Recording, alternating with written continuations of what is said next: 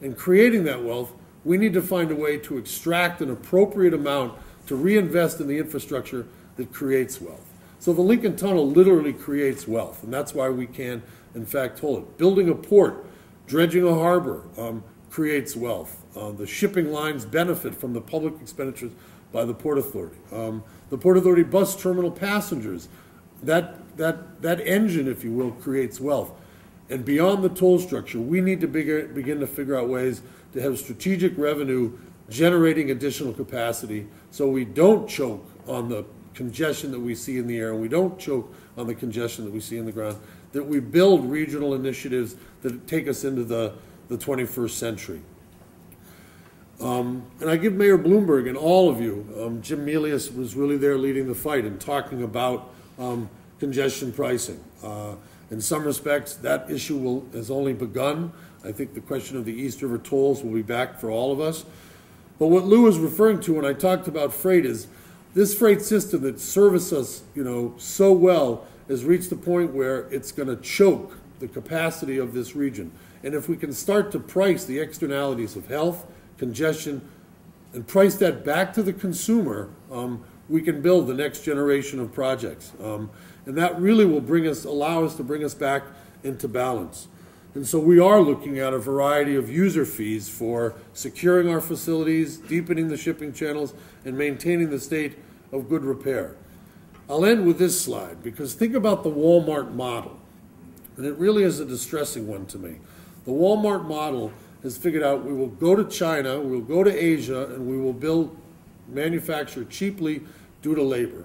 We will then ship into the United States with the lowest possible shipping rates you can possibly imagine because of the amount of volume that they have.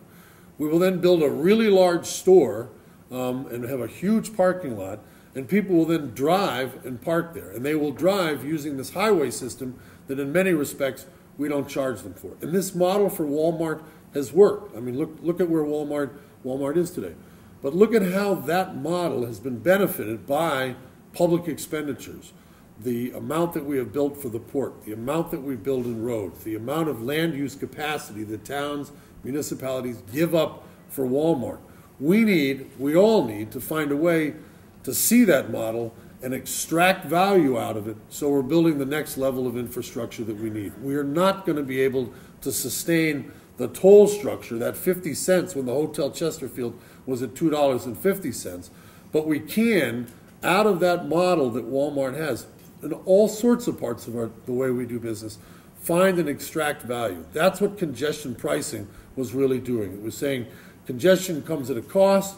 You can create an economic efficiency by pricing the road, the bridge system, and then use that investment to build the next level of infrastructure. That is the conversation that the Port Authority is going to have with the elected officials, with labor, with management within this region. Because if we don't look at the infrastructure that we have, that we built 70 years ago, take the Goethals Bridge. We are out for the first time ever in the history of the Port Authority looking for the private sector to help us build that bridge. Why? We literally don't have the resources to get out in that market today and replace the Goethals Bridge, which must be replaced. So our model has to change, and this region has to change with it. Thank you very much. I think congestion pricing is going to come back for a couple of reasons. The MTA, with what Marianne was just describing, will face an increase on their tolling structure for the MTA tunnels and bridges. Today, if you live on Staten Island, you're paying $11 on the Verrazano.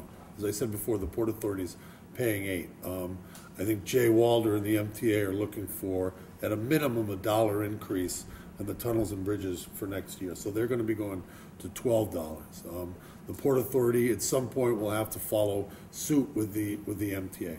That means that the people who are, and the businesses who are using the East River bridges today for free are getting a free ride into the city of Manhattan.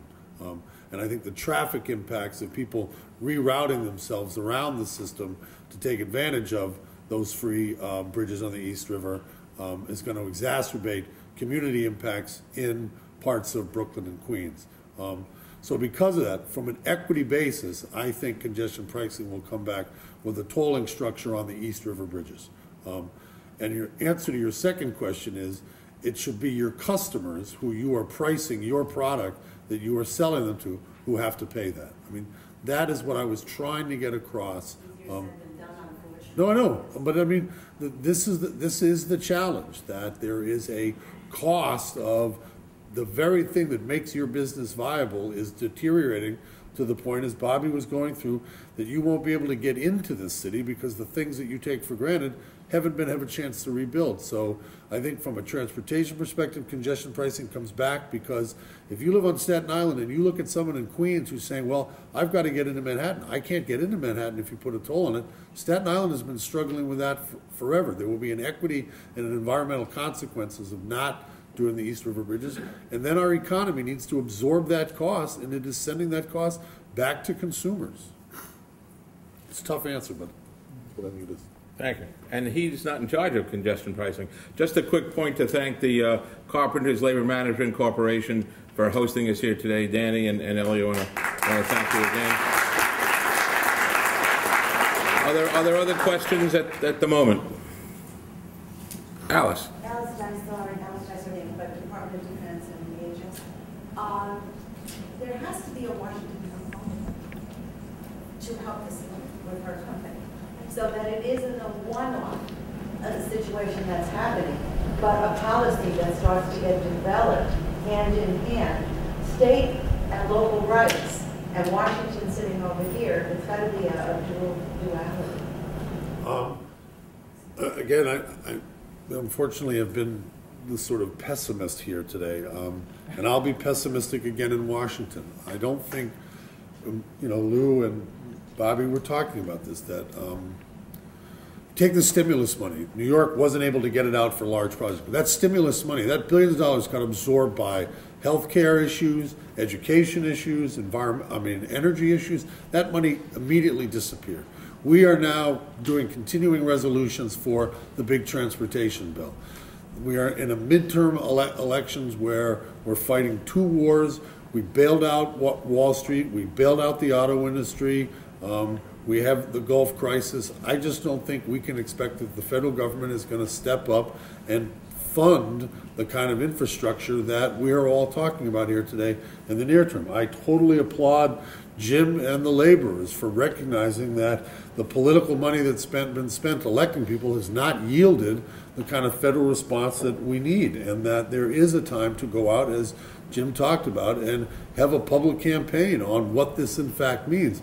I don't think we should be optimistic that that solution is going to be happening quickly. I think that, to his credit, President Obama has shouldered so many crises that are costing this country so much money. I think another whole appropriation in the midterm election is very unlikely.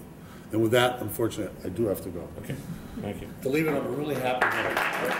Mary Ann sort of captured it as well, that there is a time, and out of necessity is born opportunity. And I think we never imagined that we would be spending $11 billion to rebuild downtown, but we are doing it, and it is getting built. So with the kind of fortitude that New York and New Jersey and the tri-state region has shown before, let's build again. Thanks.